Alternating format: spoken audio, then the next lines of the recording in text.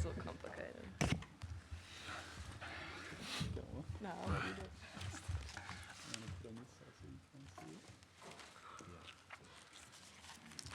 it. Welcome everyone to Stade de Nice for the round of 16 match tomorrow, Norway, Australia.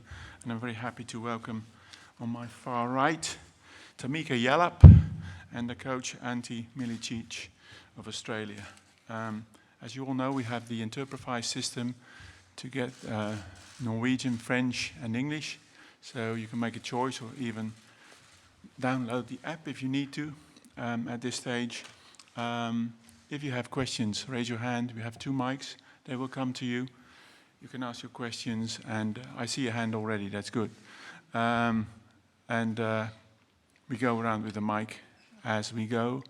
And lastly, I will ask the photographers to leave after a couple of minutes so that we can continue in all peace and quiet. The first hand was over there. Please state your name, the organization you work for, and the language that you prefer to speak. Emma Kemp, I work for News Corp Australia and speaking English. Just a quick question for Ante, I guess, just start us off with just a health update on the general squad, how everyone's going. Tamika must be close to being available if she's sitting up there. And it's a good sign. Yeah. I've heard there's positive signs for Polks as well. How's the rest of the squad doing? Yeah, Polks as well, Tamika, Emily Van Egmond, Chloe Lagazo, KK as well. So, yeah, the girls trained this morning, so we had all players available for training this morning, and now we have to see how they pull up. So tomorrow morning we'll have another training session and we'll see how they go. But at this stage, we have all 23 players available for selection. But at the same time, we have to understand there is everything possible to get them up to speed. And I must say the medical staff and the S&C have done a fantastic job to get the girls to where they are. Hello, I'm Emmanuel Bungay. I try to speak in English, working with Agence France Presse. With the Norwegian coach, we talk a lot about how to counter Sam Kerr. Is it a game against Sam Kerr on Norway? A game against Sam Kerr? Yeah, I'm not sure if I understood your question, but maybe that's one for the opposition coach. But Sam's our captain and a very important player for us. But at the same time, you know, we work as a team together, and you know, our playing style and principles is about all 11 players being involved with and without the ball. So you know, we're delighted that we have a fantastic individual as Sam in our squad to lead the team. But yeah, at the same time, we understand that to go deep in this tournament, you know, all 23 players are equally important.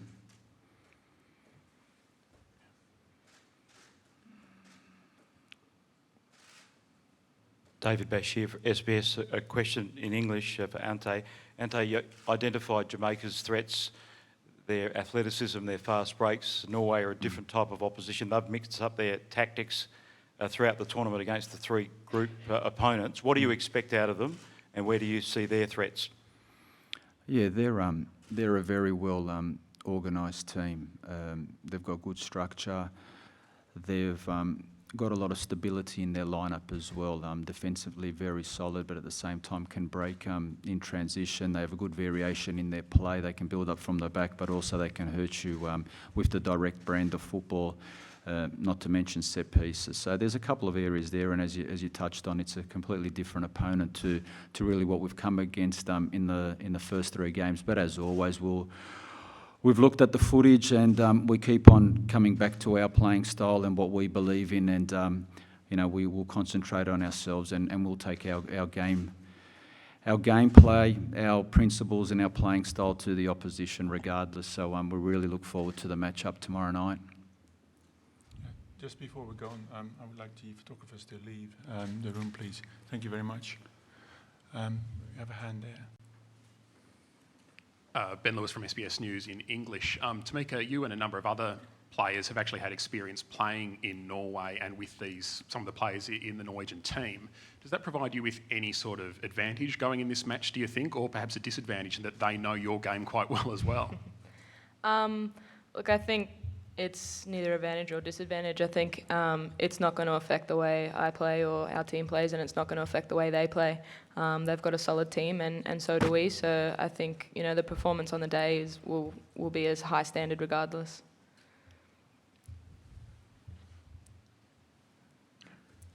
Hi, Odin Gås from Aftenposten in Norway. A question to Mika. You said you play in Norway. I mean, what kind of impression do you have of the? They're quite physical, also tactically pretty strong as well. They're quite disciplined in their formation and their shape, and yeah, they look to play good football as well. So I think it'll be a good clash coming up against them.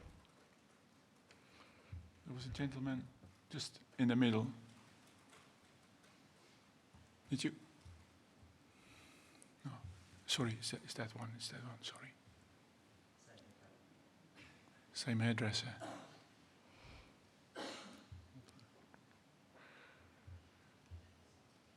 A question in English. Ben McKay from Australian Associated Press. Ante, you clearly rate Elise Knight very highly. We all do.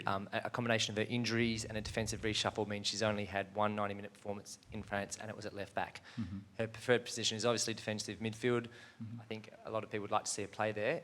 Can you just give us an insight into whether you're thinking about that, whether it's possible, whether her role? Me included, I'd like to see her play there too.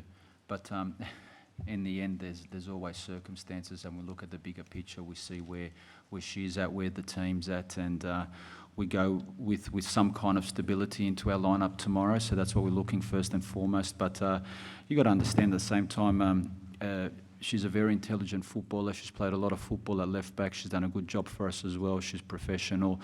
So whether we play her tomorrow as a 6 or as a fullback, I'm sure she'll do a very good job for us. So that's a decision that will be made after tomorrow's training session. But first and foremost, we're thankful to have her back and available for the game. Michael Lynch from the Sydney Morning Herald and the Melbourne Age. Ante, a question for you. On every occasion, I think, you've stressed all the time, we will not worry about the opposition. We will only play the way we want to play. You've also stressed how other teams have mixed it up a bit. Mm-hmm. Is this something that philosophically you think Australian football should be about? Because it was a mantra that we heard all the time from Ange Postecoglou, with whom you work very closely with the men's team as well. Is this something you think needs to be stressed all the time? Look, I'm very strong about my feelings, how I feel the game should be played. I look at these group of players and they're very strong technically, and they want to be in possession of the football. They want to attack. We've got a lot of quality going forward. And, being a former footballer myself, I go back to my experiences both as a player and as a coach, and I want to play the game in the opposition's half. I want to be proactive. I want to have touches on the ball. I want to create goal-scoring opportunities. And I think we see the girls playing with a smile on their faces, and they're enjoying that. And that's what we're going to continue to do, and that's what we're going to believe in. And we're still working on it. We're definitely taking small steps, but we believe firmly that if we want to progress as a team, that's the way we're going to go about it.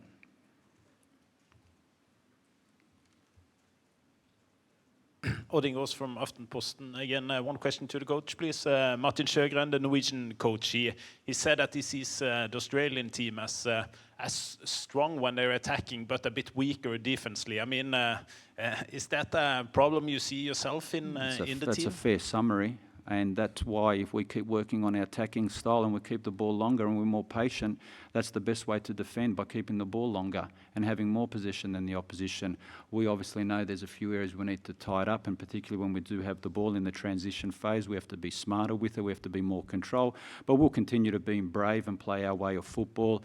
Again, a little bit has to do with our personnel, the changes that we've had and in the lead up and both in this tournament. But we're comfortable with the work that we've done on our defensive issues and in transition, and we just really need to execute on the day. But again, I think it's clear that you'll know what kind of an Australian team. And before that, obviously a pretty heavy workload and some physical clashes. How's the body feeling, and how confident are you ahead of this one? Yeah, unfortunately, I didn't get to play the last group game, but you know, I've had rest, I've had time to recover. I'm feeling pretty fresh, and being here in Nice has also helped a lot too. So I think everyone's feeling pretty refreshed, and yeah, raring to go. I'm Alyssa Ronick from ESPN in the US in English for Tamika as well. Sort of on that point, I think Emily yesterday, the day before, said, you know, we're all sort of beach babies. We feel really at home here. But having played in Norway, you both play. Australia and Norway is very different climates.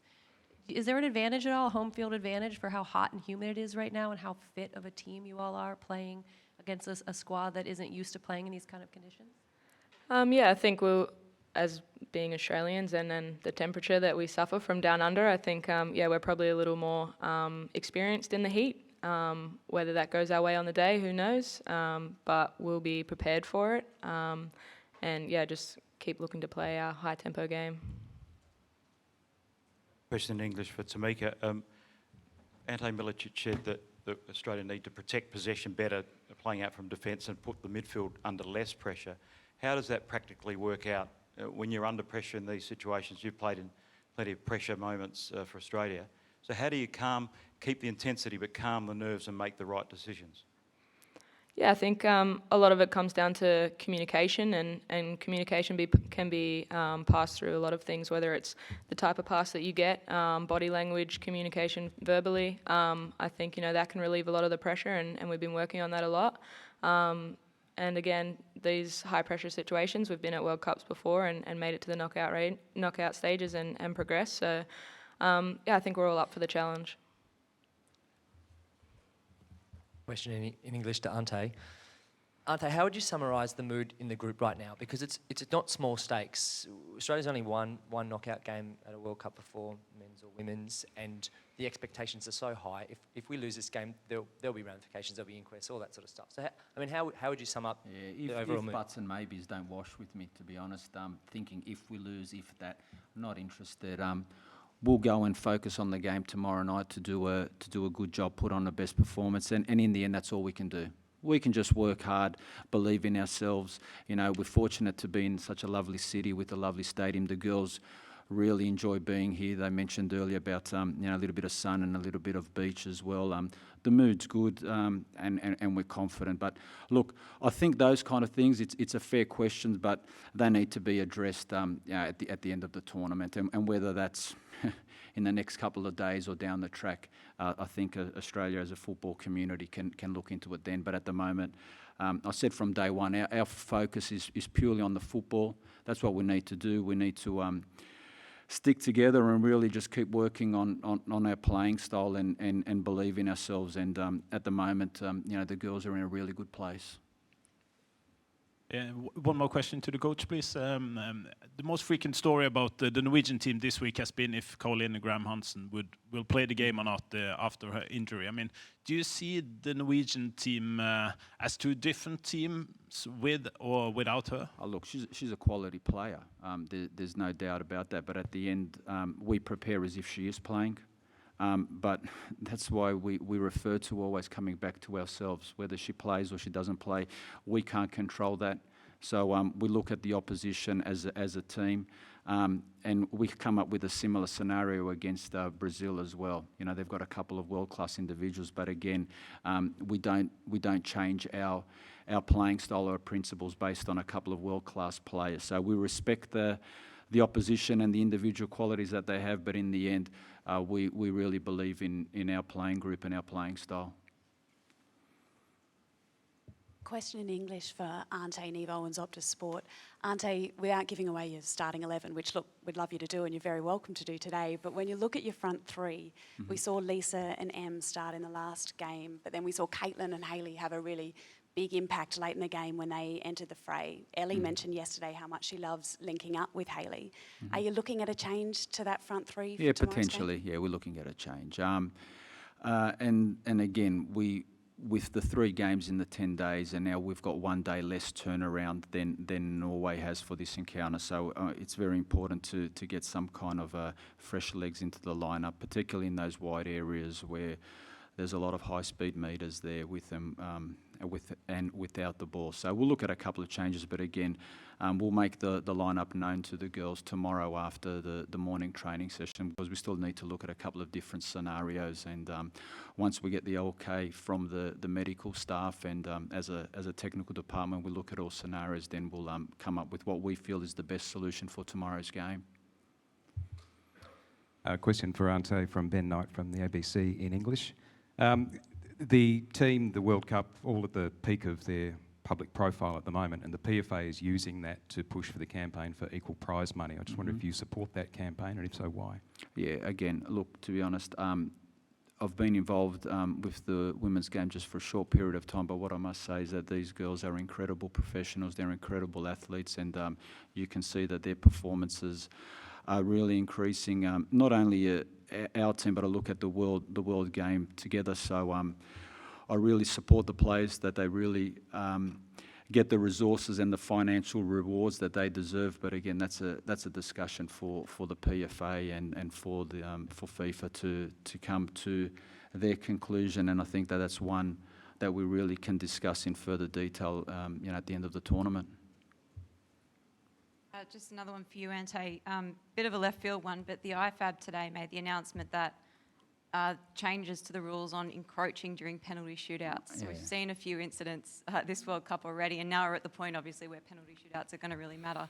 Is that a common sense move? I mean, what do you think of it? Yeah, I think so. But again, that's one that the goalkeeping coach Johnny Gores has looked at closely, and we've had some discussions with our goalkeepers as well, and the players. It's definitely an area that we've looked at. So I think that there's that, and maybe one or two other things that they could look at as well, to be honest.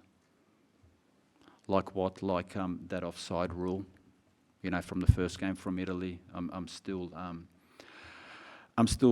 struggling to understand how opposition teams can leave a player offside and just kick the ball further down the field, and we have 4 players chasing and they have 1, and then our centre back Claire Polkinghorn has to do an extra 300 high-speed metres because we can't make decisions on offside.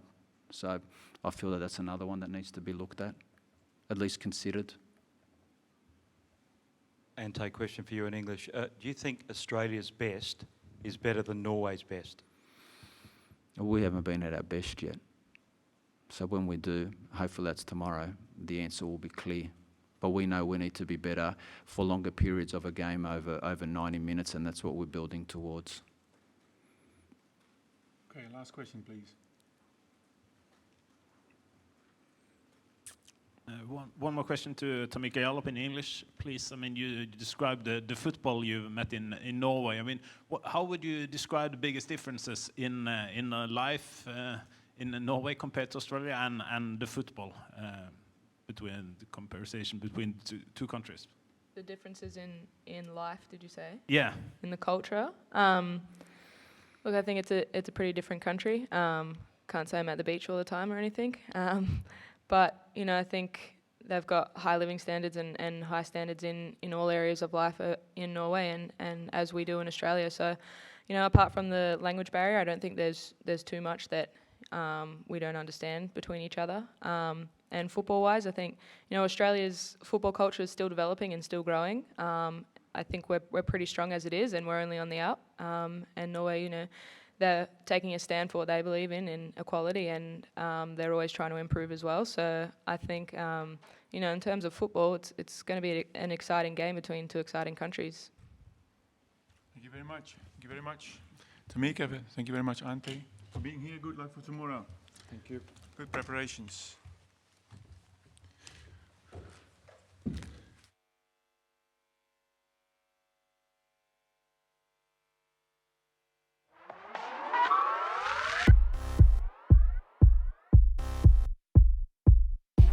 Thank you.